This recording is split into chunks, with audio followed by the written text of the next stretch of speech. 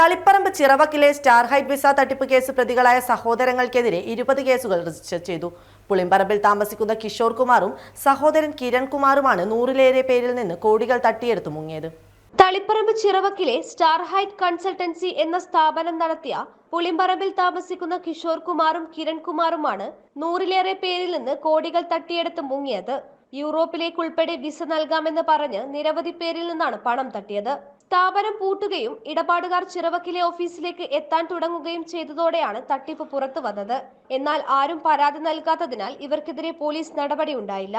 തട്ടിപ്പിനിരയായ വയനാട്ടിലെ യുവാവ് കഴിഞ്ഞ ജനുവരി 4-ന് ജീവനൊടുക്കിയതോടെയാണ് പോലീസ് നടപടി തുടങ്ങിയത്. ഇതേ തുടർന്ന് തളിപ്പറമ്പ്, പയ്യന്നൂർ, പരിയാരം സ്റ്റേഷനുകളിൽ യുവാക്കൾ പരാതികളുമായി എത്തി. ഇതിനകം 20 കേസുകൾ രജിസ്റ്റർ ചെയ്ത് കഴിഞ്ഞു. തളിപ്പറമ്പ് ഇൻസ്പെക്ടർ AV ദിനേശാണ് കേസ് അന്വേഷിക്കുന്നത്. UK അടക്കമുള്ള രാജ്യങ്ങളിലേക്ക് വിസ ശരിയാക്കി തരാമെന്ന് പറഞ്ഞ് തട്ടിയെടുത്ത പണം കൊണ്ട് പുളിമ്പറമ്പിൽ കൂറ്റൻ വീട് പണിയുകയും ആഡംബര ജീവിതം തുടരുകയും ചെയ്യുന്നതിനിടയിലാണ് സ്ഥാപനം പൂട്ടി ഇവർ നാടുവിട്ടത്.